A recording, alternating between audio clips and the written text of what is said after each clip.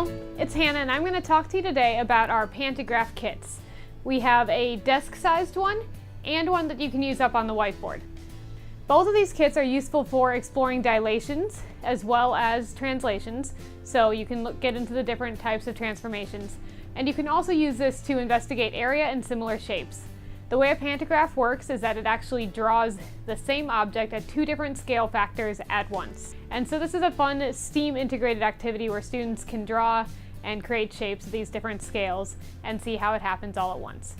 Now with our regular size pantograph, the desk sized one, it draws it at a 1:2 ratio, whereas the Pantograph Kit Large that you use on a whiteboard can be adjusted using the meter sticks to be either 1:2, 1:3, 1:4, or 1:5. So I hope you enjoy these kits, and this next part of the video is going to go into how you assemble them. Alright, let's start with the large pantograph kit. First thing you want to do is secure one of your meter stick hinges to the first meter stick at the 10 centimeter mark. To secure it, utilize a rubber band and tape. It's really important that these are very sturdy and stable, otherwise your scale factor will get off. Next, secure your hinge that holds the dry erase marker at 36.67 centimeters. You'll want the pegs coming off the same side of the meter stick, so have them both facing up with the triangles, or in this case, the circle that has the little indent so you know exactly where you're lining it up. There you go, you have your first meter stick ready to go. For your second meter stick, you're going to secure two of the meter stick hinges, one at 10, one at 36.67 again, and you will also secure a regular marker holder all the way down at 90. When securing the marker hold, you secure it at 90 centimeters, where you can see the 90 through the center of the circle.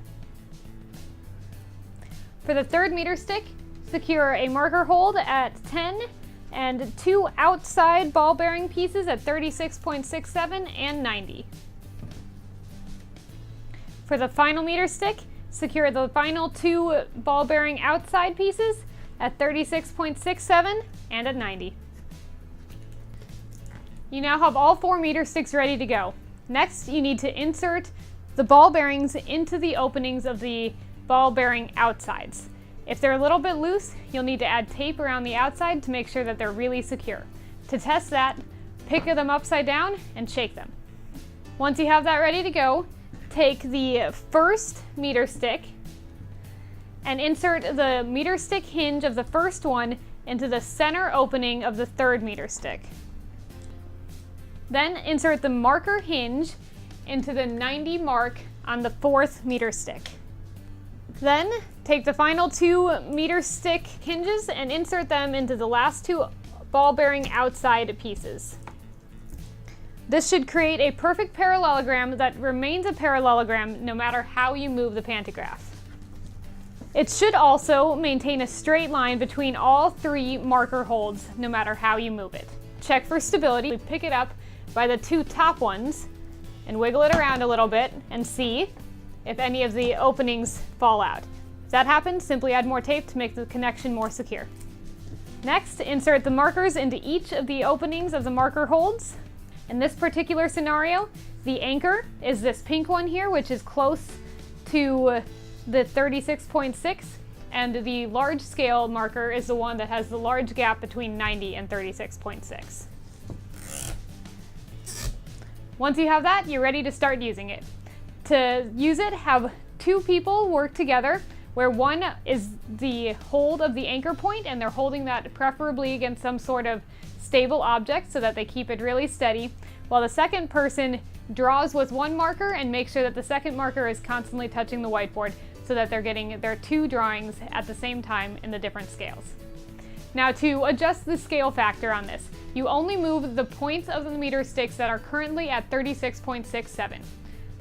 Now let's assemble your desk-sized pantograph. To do that, simply take your two long pieces and put them back to back so that they're flat against each other. Slide a peg through the end, and you want the two tall parts to be at the same spot.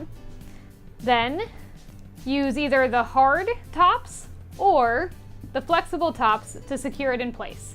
Next, line up the medium 4-pencil leg, and again, secure with a peg, and secure the short leg using the last 2 pegs. Notice that all of these are with the flat sides facing each other so that it moves smoothly. Then insert a toothpick into the opening of the bottom of the toothpick holder. You can slide that there. If it won't go all the way through, that's fine. You can just break it off after about 1 centimeter beyond the end. And this will go into our portable C-clamp and hold this as an anchor point so that the rest of it will be stable while you move the pantograph around. For the final step, consider whether you want to draw small and have it scaled up or draw large and have it scaled down. Whichever one you're going to have as your drawing pencil, use a regular pencil. Whichever one you're going to be having scaled up, in this case, or scaled down, use a charcoal pencil. That way it doesn't have to have much pressure on it, but will still draw. If these are at all loose, you can use tape to widen the pencils so that they're sticking a little bit better. Then, to assemble the C-clamp, take a machine screw and thread it gently into the opening on the C-clamp. Now, if it's a bit tight, you might need pliers to get it to go.